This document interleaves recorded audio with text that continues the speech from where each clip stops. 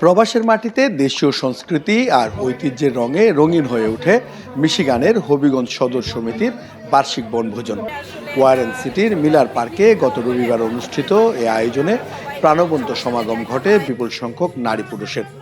যুক্তরাষ্ট্রের মিশিগান থেকে আমাদের সহকর্মী তুহিন চৌধুরী জানান, খেলাধুলা থেকে শুরু করে গান বাজনা আর ভুরিভোজ সব মিলিয়ে দিনটি ছিল আনন্দ উচ্ছ্বাসে ভরা।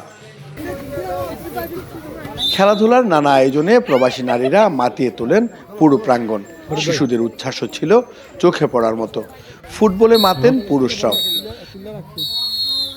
ভুরিভোজে ছিল দেশীয় খাবারের নানা আয়োজন। ভাত, ভর্তা, ভুনা সবকিছুর মধ্যেও সবার আলোচনার কেন্দ্রবিন্দুতে ছিল বাঙালি স্বাদের শুটকির তরকারি, যা নিজ উদ্যোগে পরিবেশন করেন রেস্টুরেন্ট ব্যবসায়ী টিপু তালুকদার।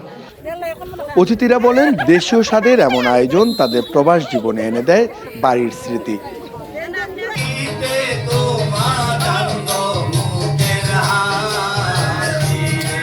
সাংস্কৃতিক অনুষ্ঠান পর্বেও কমতি ছিল না উচ্ছ্বাসের। গান, নাচ আর সুরের মূর্ছনায় অংশ নেন প্রবাসীরা।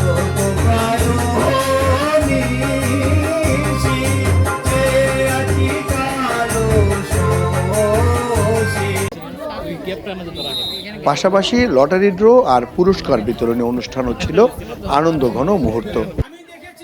দিনব্যাপী আয়োজনে ছিল প্রাণের ছোঁয়া। প্রবাসীরা আশা করছেন, আগামীতে হবিগঞ্জ সদর সমিতির বনভোজন আরও নতুনত্ব নিয়ে হাজির হবে।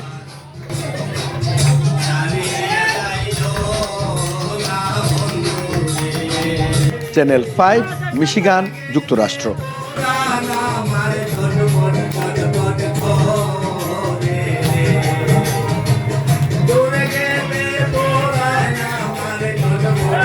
What